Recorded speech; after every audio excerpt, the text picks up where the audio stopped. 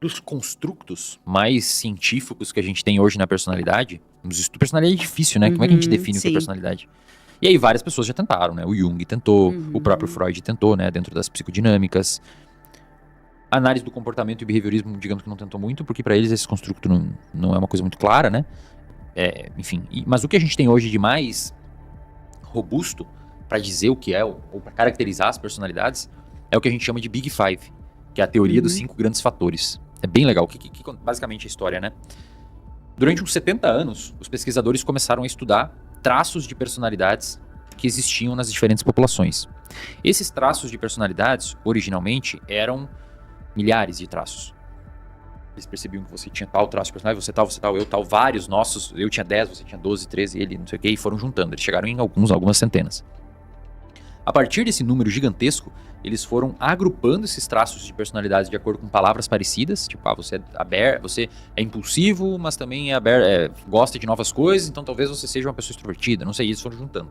E eles chegaram em 5 grandes traços, que é conscienciosidade, que é e aí cada traço tem seu subtraço. Subdivisões, e aí é traduzido do inglês, às vezes vocês vão achar outros termos, né? Mas olha que interessante. Conscienciosidade. O que é basicamente conscienciosidade? É você ser muito orientado por objetivos. Então você... É basicamente um comportamento muito militar, assim. Você cumpre horários, você cumpre agenda, você bate meta, você não atrasa, você tem facilidade de se motivar para fazer aquilo, né? E tem a pessoa que tem baixa conscienciosidade, que é aquela pessoa mais difícil, tem dificuldade de ser proativa e tal, né? E todo mundo tem esses traços em maior ou menor volume, digamos assim, né? E aí a combinação desses traços em maior e menor volume é você. Né? E o seu ambiente, né? É bem legal, olha só que legal, isso aqui é uma discussão legal. O outro traço de personalidade é a abertura para a experiência. Que a pessoa que tiver esse traço no volume máximo é uma pessoa que tem muita abertura para novas coisas. Eu, por exemplo, acho que tenho esse traço baixo. Porque eu moro em Florianópolis há 5 anos e eu peço hambúrguer do mesmo lugar até hoje. Esse é um traço seu, que não muda. Eu não quero experimentar um hambúrguer de outro lugar. Tem pessoas que vão pedir de todos. Não, vamos provar de outro, tá? Um pouquinho mais aberto a novas experiências, né? Então, abertura para experiências, conscienciosidade, neuroticismo, que basicamente é ansiedade, preocupação, né? Você tá ansioso, preocupado, tem medo que vai dar alguma coisa errada. É basicamente a nossa ansiedade que a gente chama. Tem pessoas que tem muito, tem pessoas que tem pouco. Amabilidade, quão gentil você é com as pessoas, aberto para essas pessoas, e aí tem subtraços, né? E o último é a extroversão. Então tem pessoas mais introvertidas e pessoas mais extrovertidas. O que é legal nisso daqui? Isso gera um debate gigantesco. Os estudos hoje mostram que esses traços de personalidades, eles são muito determinados pela genética. Né? E sempre que a gente fala isso, gera um fuzuê. Por incrível que pareça, e aí eu já vou chegar no ambiente, por incrível que pareça, se o seu filho vai ter muito ou pouco de um desses traços, a sua criação influencia pouco. Geralmente, quando eu falo isso, o negócio é uau. Então a criação do papai e da mamãe não importa. Calma. Aí. Esses traços são determinados pela genética, é o que a gente tem hoje de informação na ciência, tá? Muito mais genética do que comportamental. Muito, é genética. A questão é, se o filho, por exemplo, eu vou ter filha agora, a Ava, se ela nascer com muita abertura, um exemplo, né? Com muita abertura para experiência, isso vai ser determinado pela genética.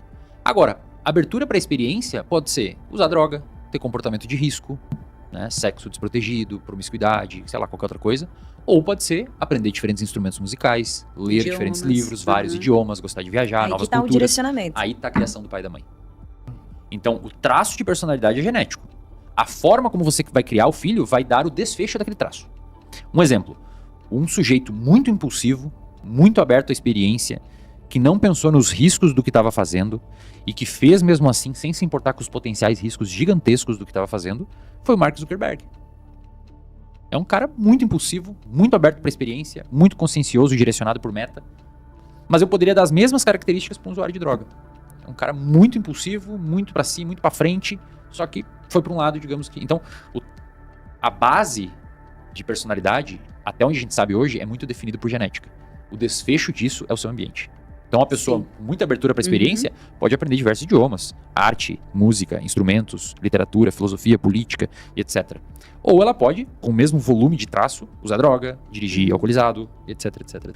Hoje, a gente entende que, contemplando isso, né, partindo desse pressuposto, desse pano de fundo, que o aprendizado envolve mudança estrutural do cérebro e que o armazenamento de uma memória, ela se dá dentro dessas conexões neuronais, as pessoas começaram a querer entender o que aumenta ou diminui o aprendizado, né? E aí tem um pesquisador francês chamado Stanislas Dehaene, que acho que hoje é a maior autoridade viva no que diz respeito à memória, que ele mostra que a gente tem 4 grandes pilares para conseguir potencializar o aprendizado. E aí eu já vou linkar com a sua pergunta do celular. É que, na verdade, o celular prejudica totalmente todos eles.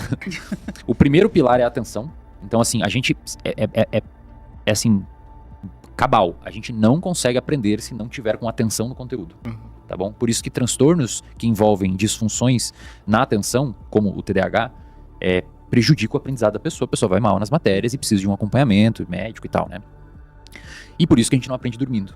Porque quando a gente tá dormindo, a gente tá inconsciente. A última coisa que tem quando tá dormindo é a atenção, né? Então o primeiro pilar que o Stanislas Dehaene bota é que você tem que ter a atenção para aprender um conteúdo, né? A atenção é você estar focado, e aí tem vários tipos de atenção, mas não vou entrar aqui. Você consegue jogar o seu aparato atencional para aquela demanda. O celular prejudica isso, porque a pessoa fica olhando toda hora, e ele pisca, liga, e aí a pessoa tem aquela famosa FOMO, que é a Fear of Missing Out, é aquele fenômeno cada vez mais estudado da pessoa ter medo de estar perdendo alguma coisa importante que está acontecendo. O que aconteceu? Influenciadora e o famoso e não sei o quê, e aí fica conferindo, meus amigos estão fazendo algo que eu não estou sabendo, e aí a pessoa acaba cortando e picotando um dos principais pilares para o aprendizado, que é a atenção. Então, de fato, só esse pilar já seria suficiente para a gente conseguir argumentar que no momento de estudo seria interessante deixar o celular em outro cômodo. Eu particularmente deixo em outro cômodo, deixo uma gaveta lá na cozinha e estou estudando no escritório. O segundo pilar é o engajamento ativo. Então, além de você ter atenção, você precisa se engajar naquela tarefa de estudo e se motivar em estar ali estudando. E aí entra quase que uma questão mais cultural, assim, do microambiente que a pessoa está vivendo e do quanto os amigos e as relações se importam com os estudos. Se a pessoa vive com um contexto com pessoas que fazem piada dela estudar, pô, você tá diferente, tá estudando muito, larga disso e tal, de fato vai diminuir a probabilidade dela se motivar para estudar aquilo dali, né? Então o engajamento ativo também precisa, e de certa forma o celular também prejudica à medida que a pessoa começa a ficar sempre conferindo e tendo coisas mais interessantes dentro do celular do que o próprio estudo. O terceiro pilar, aí do celular não entraria tanto, mas vou dizer aqui igual, que é o efeito teste. Hoje a gente entende na neurociência que você tem que testar o aluno várias vezes. Tem que testar, fazer provas, simulado, né? Quem for fazer vestibular e tal, tem que testar, porque se o aluno não se põe à possibilidade de errar, ele não consegue reajustar o modelo mental que anteriormente ele experimentou, né? E o último pilar é o sono. O aprendizado se consolida muito enquanto a gente está dormindo. E olha que louco, além disso, a atenção ela é inversamente proporcional ao sono. Então, se você dormir... É proporcional ao sono, né? Se você dormir muito bem, você vai ter uma atenção muito boa no outro dia.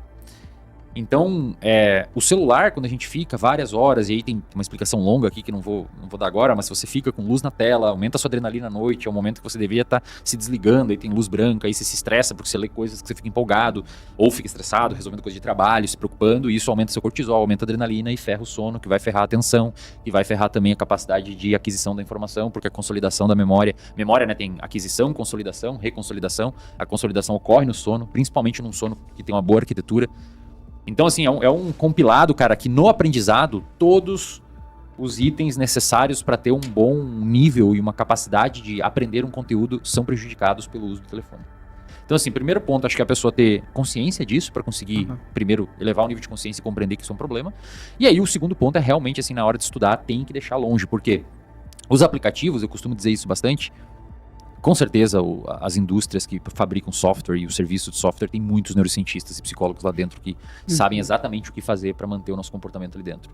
Porque eles são, do ponto de vista, eu vou falar sobre isso na palestra, do ponto de vista do nosso sistema de recompensa, a arquitetura é perfeita.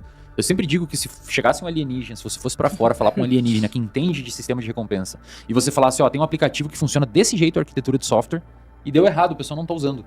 O alienígena ia falar, não é possível. Porque ele é perfeito para o nosso sistema de recompensa pra gente ficar aqui dentro. Então você tem que tomar muito cuidado, porque senão você passa horas ali e cria uma rotina muito improdutiva. Então é verdade que o Brasil, salvo engano, perde só para a África do Sul em tempo de uso de rede social. A média nos últimos dados mostrava que a gente fica 3 horas e 30 em média por dia, não na internet, na rede